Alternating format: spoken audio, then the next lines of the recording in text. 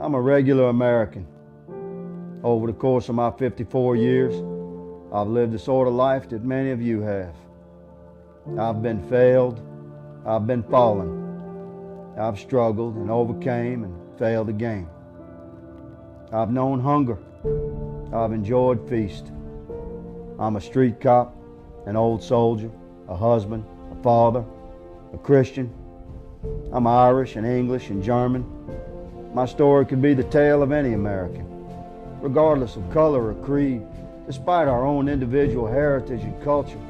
All of us, every one of us, through our lives and by our family's history, has woven the thread that defines our flag, has dedicated life and limb and treasure to establish the nation we love. All of us, young, old, wealthy, poor, black, white, liberal, conservative, every single one of us, first and foremost, is an American.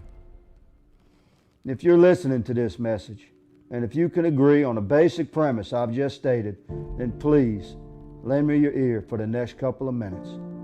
If you can't even set aside your hate long enough to allow truth to speak to your heart, then by all means step aside, child, and let the adults work. America is a nation built by imperfect men, driven by perfect intent. We've overcome every imaginable horror through our history. Some of it, horrors of our own creation. This is the way of a man's life. My own is no exception, nor is yours. And thus, also, is the way of a nation's life. America has never been without fault, nor have we ever claimed such a status.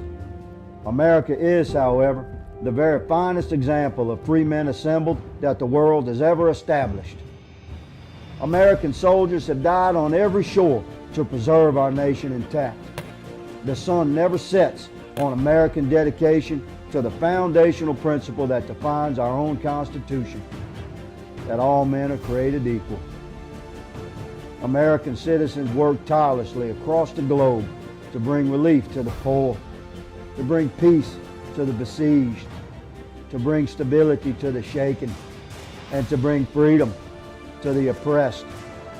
Yet now, our own nation is threatened. America is in grave peril from threat across the seas and also from within. The elected and appointed elitist few who have seized power in Washington have squandered our wealth, mortgaged our children's future, and betrayed our trust. America faces a $20 trillion debt. Even with courageous action now, our so-called leaders in D.C. have mortgaged our future for an entire generation yet unborn. Our once respected and feared status as the world's most powerful nation has been diminished. Our own allies across the globe no longer trust us. Our borders are no longer sovereign. Our cities are on fire. Our police are murdered in the street. Our history is being rewritten. Our veterans return to a nation almost unrecognizable and are forced to battle the oppression of their own government. Our prisons overflow with poor men who have long ago paid their debt to society.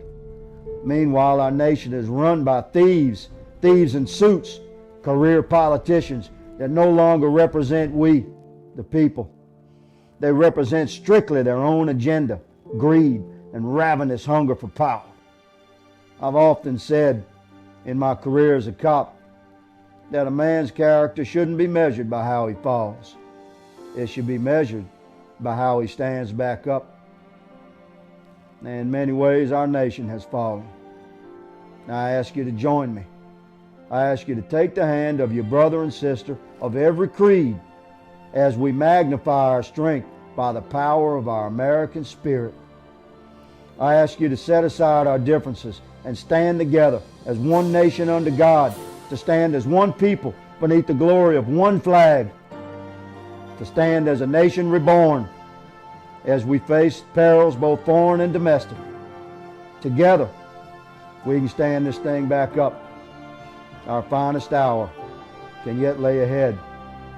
The threats we face are menacing and real, but an American nation standing as one is a force the world's evils cannot defeat, a force that career politicians fear, a force that every peril dreads, that foreign horrors like ISIS tremble before. You are that force. We are that force. America's not done. Real Americans are not defeated. We are strong. We are one. I'm Captain Clay Higgins, a simple man, a humble American man. From bended knee, I thank you for what you are. My brothers and sisters all joined by the bond of our spirit.